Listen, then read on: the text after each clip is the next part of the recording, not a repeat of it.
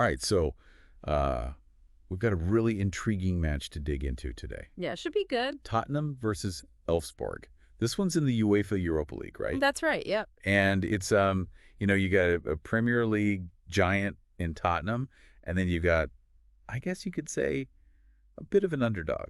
Yeah, you could definitely call Elfsborg the underdog. Elfsborg from remind me where they're from. Sweden. They're 6-time Swedish champions. Okay. Right. Yeah. So, I mean, that in and of itself is pretty interesting. It is, yeah. Yeah. It's, this isn't just some random team that Tottenham's going to roll over. Right. Elfsborg, they've got some pedigree. So for this deep dive, I mean, I've got like a whole bunch of stuff here, articles, stats, you name it. Yeah, looks like we've got plenty to work with. Our mission, I guess, is to kind of to give our listeners all the juicy details. The stuff that, you wouldn't necessarily get just by glancing at the headlines. Exactly. So let's start with Tottenham.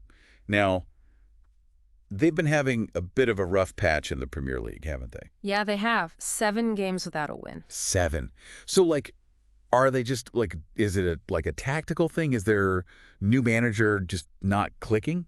Well, it could be a few things, right? Could be tactics, could be player form, could be a bit of both. But it's definitely a concern, especially for a team that's, usually known for their attacking prowess. Yeah. But, it's interesting because their Europa League form paints a very different picture. Oh, really? Yeah. At home, in the Europa League, they are practically unbeatable. Okay. 10 games unbeaten. Whoa. And get this, 7 of those wins, they didn't even concede a goal. So it's like they're two completely different teams almost. Almost. Depending on the competition. Well, and it's, 16 games unbeaten at home if you include all European competitions. Yeah. So it's a long streak. They know how to protect their home turf. They do. But you know what's weird? What's that? I was looking at this earlier. Tottenham, they haven't played a Swedish team in forever. Really? Well, not forever, but not since I think it was the Intertoto Cup. Do you remember that? Vaguely, yeah. It was a summer tournament, right? and it doesn't even exist anymore. Right, defunct. So this is going to be kind of uncharted territory for them. Totally. All right, let's talk about Elfsborg. So you said they're 6-time Swedish champions. They are, yep. But they finished 7th last season. 7th, yeah. Which, I mean, that's a pretty big drop-off. It is. And here's the thing that I can't get over. They're in preseason. I know. Right now. It's a huge mismatch in terms of where these teams are in their seasons. It is. It's a massive mismatch. Yeah. So, you got to figure that plays into Tottenham's favor. You would think so. But, a win for Elfsborg, I mean, that would be huge. Monumental. It would put them in the, the playoff round. Yep, playoff round, which is essentially a knockout stage to decide who goes through to the Europa League group stages. Right. And then potentially, I mean, they could reach the knockout rounds of a major European competition for the first time ever. They could. It would be historic for them. Wow. So they beat Nice in the last round. They did. Which is impressive. Yeah, Nice is no slouch. They're a solid League One team. But Elfsborg's away form in Europe, well, let's just say it's not pretty. Yeah, 1 win and 7 defeats in their last 8 away games in major European competitions. And on average, they give up 3 goals a game. On average, yeah. Not great. Not great. But then again, they beat Nice. That's true.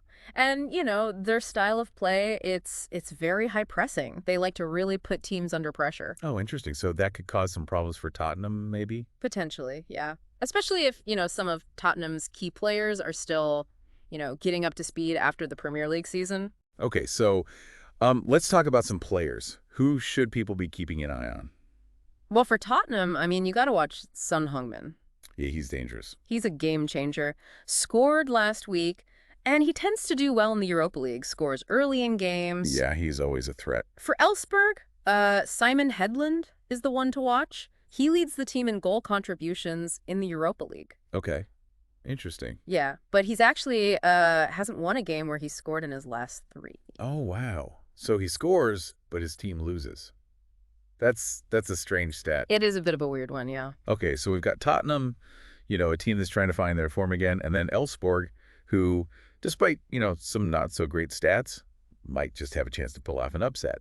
It's amazing how often that happens in European football. It does happen a lot, doesn't it? Underdogs rising to the occasion. And I've got another stat for you, actually. Okay, hit me. Elfsborg have scored in all but one of their last 7 Europa League away games. So they can find the back of the net. Yeah, their defense might be shaky, but they can definitely attack. Interesting, interesting. All right, so we've got a struggling giant, and we've got a determined underdog. Who knows what'll happen, right? That's the Yeah. beauty of it. So the big question, can Elfsborg overcome their away form and actually shock Tottenham? It's a tough one. Tottenham, even with their struggles, they've got the experience, they've got depth in their squad, Yeah. but Elfsborg's got that high-pressing style, and they just beat nice. So Yeah. it's not impossible. I think, you know what? I think this is going to be closer than people think. What do you think? I could see that. It's definitely not a foregone conclusion. Well, we'll see. It's going to be fun to watch it play out. Definitely. It'll be a good one.